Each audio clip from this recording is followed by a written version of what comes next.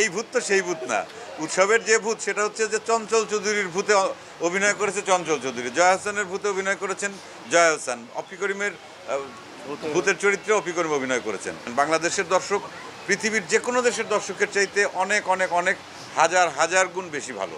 সাদা সাদা কালা কালা রং জমেছে সাদা কালা, সাদা সাদা কালা কালা রং জমেছে সাদা কালা, হইছি আমি মন পাগেলা বসন্তকালে, তুমি বন্ধু কালা পাখি আমি যেন কি, বসন্তকালে তোমায় বলতে পারিনি, বসন্তকালে তোমায় বলতে পারিনি।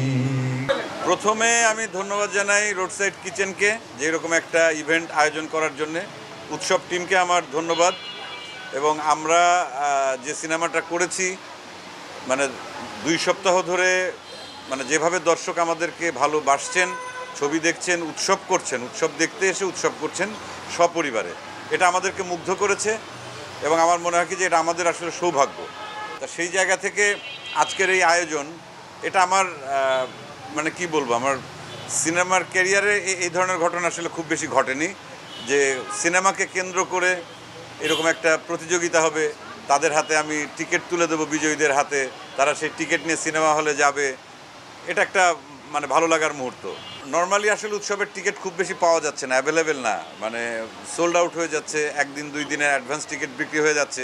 তা সে কারণে এই প্রতিযোগিতাটা আরেকটু জমেছে, কারণ যারা হয়তো নর্মালি টিকিট করতে পারছেন না, এরকম প্রতিযোগিতার ভেতর দিয়ে যদি টিকিট পান এটাও একটা ইচ্ছা থাকছে। আর সেই সঙ্গে আবার এই উৎসবের সঙ্গেও তারা আছেন, এই আয়োজনটাকে তারা এনজয় করছেন। এটা আমার মনে হয় যে শুধুই যে টিকিটের জন্য নট দ্যাট, তারা আমাদের ভালোবাসেন, সিনেমা প্রেমী মানুষ তারা, সেই জন্যেই এই রোড সাইড কিচেনের সঙ্গে আমাদের উৎসবের যে আয়োজন তার সাথে তারা একাত্ম হয়েছেন।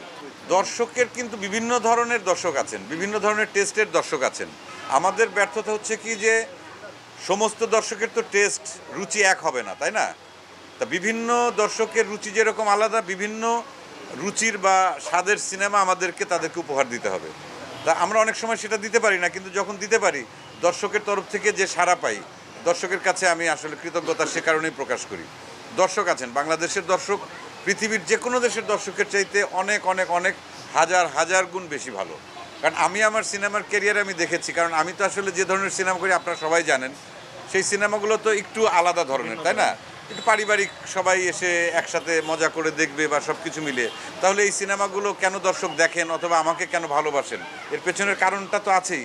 তার মানে আমাদের সব ধরনের দর্শকই আছেন এবং আমাদের সব ধরনের সিনেমাই আসলে তৈরি করতে হবে। এই ভূত তো সেই ভূত না।